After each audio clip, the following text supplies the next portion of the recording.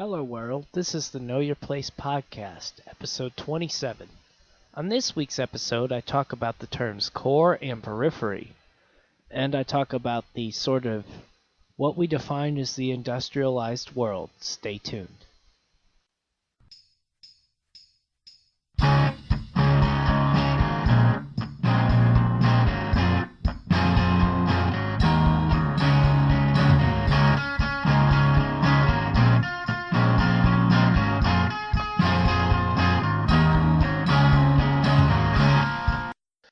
Hello, world. This is the Know Your Place podcast. I'm Charles Altendorf, and on this week's episode, I wanted to take a moment to talk about the terms core and periphery and how I feel like they're sort of I don't want to say outdated terms, that's still sort of relevant to call stuff industrialized or core countries, but it's slowly fading the relevancy of these terms or sort of how they play out in the world. And it's not necessarily because of sort of globalization, although that plays a role. It's just these things are less constant than they're made out to be. So first we need to sort of define what we mean by core and periphery. So in geography, when I was in school, there were these terms. There's this setup where they said, okay, so basically a bunch of people got together and decided, okay, this is what we consider the core Westernized world. And I have a map from 2000 that I'm looking at on my screen, and I'll link the Wikipedia article. But basically, the core countries it called are ones that relatively had free markets, were relatively industrialized, and it claimed that their governments have been stable for years on end. So we're talking about places like the United States, Canada, England. Surprisingly, they included Germany and France. But then what I found odd about this characterization is then they didn't call Russia civilized, or they called South Africa, India, and China as partially civilized, and or partially they called it Core-periphery, or on the process of becoming a core country. So, and of course this map was made in 2000 and it's now 2018, so yeah, it is kind of outdated. So I guess it's hard to sort of super be critical, but the problem I have with this type of worldview is not necessarily that I don't think that there are more privileged or civilized places to grow up. I mean, I grew up in America. I was born here in the late 80s, and I've grown up with a standard of living and things that lots of people around the world can't have. Just being able to do things that other people can't.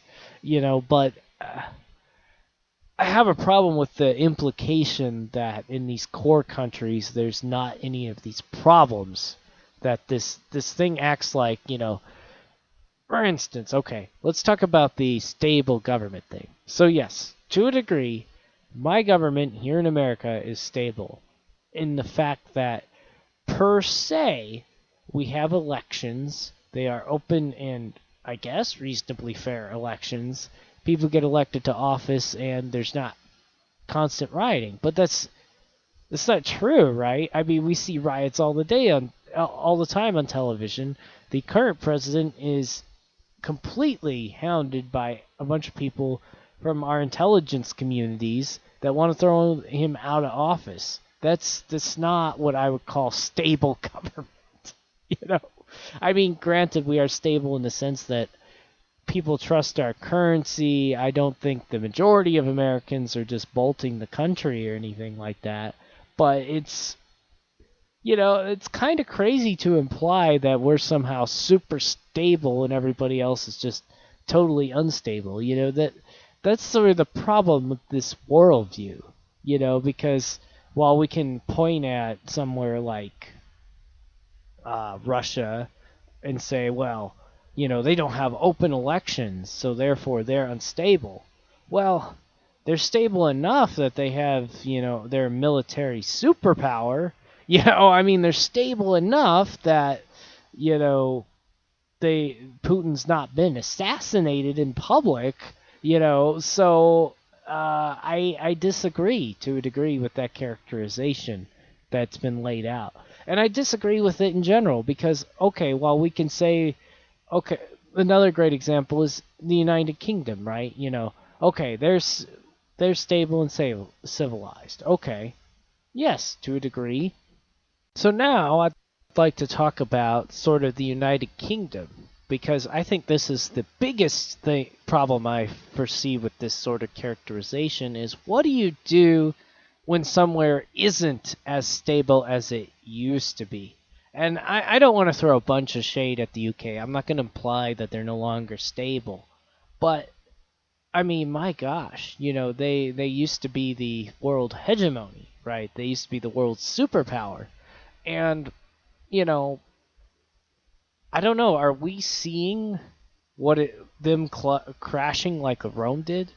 I mean, yes, it's hard to really know how it felt in that era because while they said Rome was taken over by barbarians and all this other stuff, I mean, we are getting a fanatical historian view from the Romans themselves that see their society crumbling when, we don't really know if some of these barbarians weren't just as civilized as the Romans, and in fact, a lot of people claim that.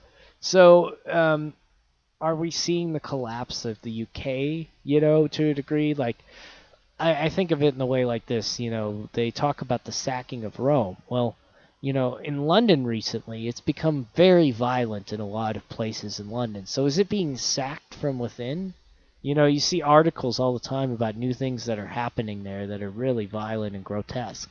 And you wonder if like this is the end or if this is just a repetitive cycle, right? Because London also had, Jack the Ripper in the 1800s and it didn't seem like everyone was totally fazed by that or it was the end of the United Kingdom, but it's tricky. It's really tricky. So, I don't know.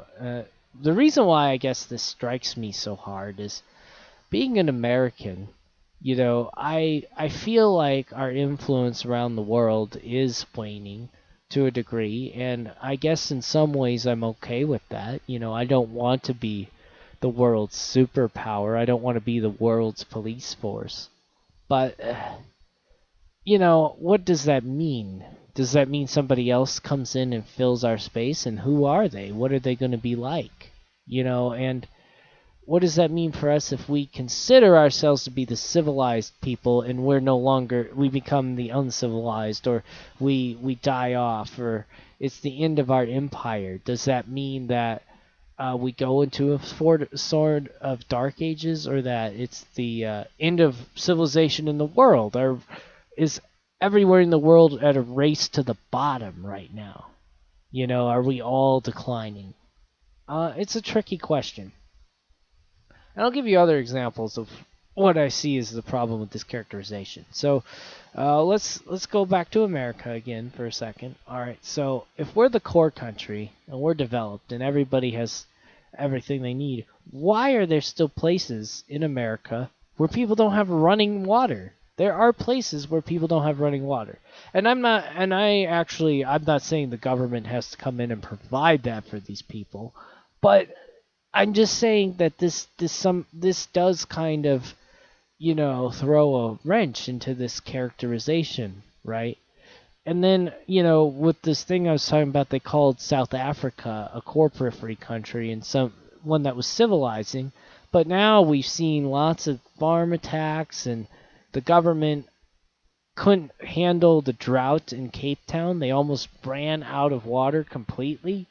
That is a huge problem. And that is not something that while Russia has so many problems in it, I don't think that would happen in Russia to a degree. I think they actually are more stable than that. And yet somehow they are characterized as somewhere that's not stable. In fact, I was looking at most Eastern European countries are considered unstable by this metric. And I just disagree. Yeah, okay, somebody has more money, but like Russia's economy is 12th largest in the world. It's not like it's, 100th, and they just happen to have a bunch of employed soldiers, North Korea. But it's so it's really weird. It's really weird what people consider to be the core of the world, and it's very biased in my opinion.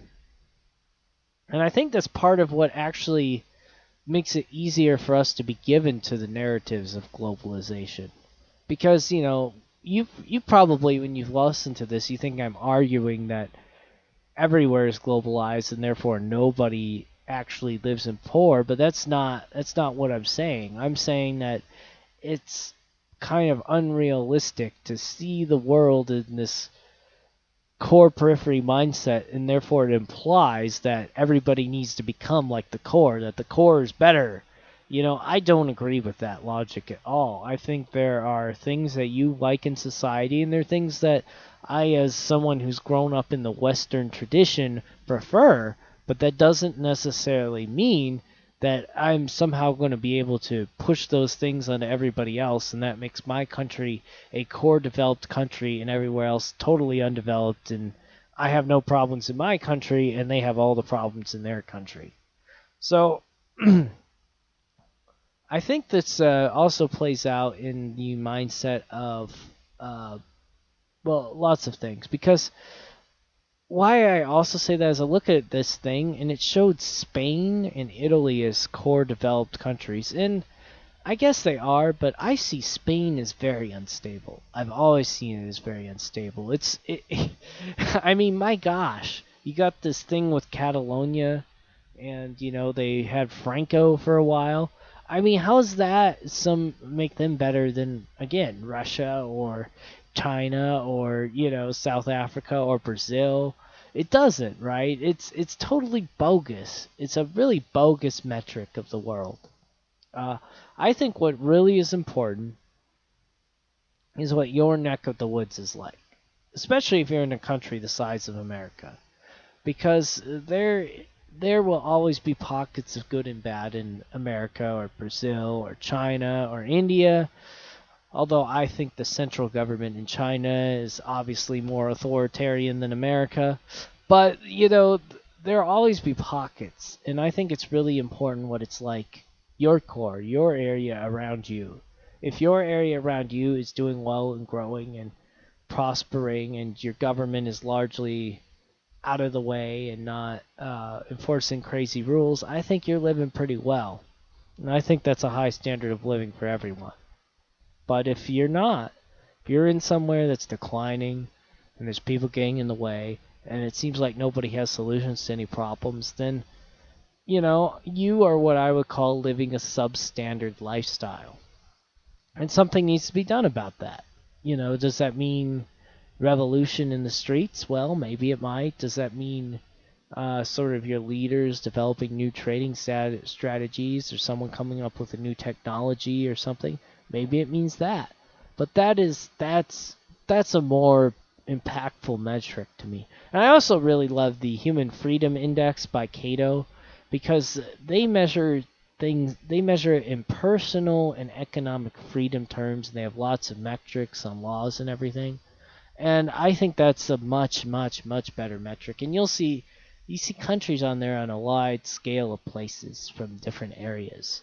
And that's because we're different, and I think people who see the world in this lens of, it's really weird. It always seems to me like the people who push the most for interventionism on a global scale, or complete complete globalization of cultures or intermingled stuff, are always the ones who actually see the world more in this us versus them, entitled versus everybody else. We're so good, therefore we need to push our ideas on everybody else. Whereas I just have never seen the world that way. In my opinion, a true geographer shouldn't see the world in a core-periphery mindset. They should see it in a, there's things about that make each area unique, and there's things that every area should strive for and are awesome. So anyway, let me know what you think about core-periphery and what you would call sort of core countries of the world and the periphery countries of the world. And let me know if you think my ideas are way off base or not. I guess I kind of think that the model, if it ever was in date, is certainly out of date now. And I think it really matters more on what your local level looks like to you. Stay tuned. Check out the Know Your Place podcast on SoundCloud at soundcloud.com/knowyourplacepodcast, all one word, or on Facebook at facebook.com/knowyourplacepodcast, all one word. And we will be coming soon to YouTube and iTunes, and maybe another social media platform near you. Special thanks to my wife, Sarah, and Jay Graff for the riff.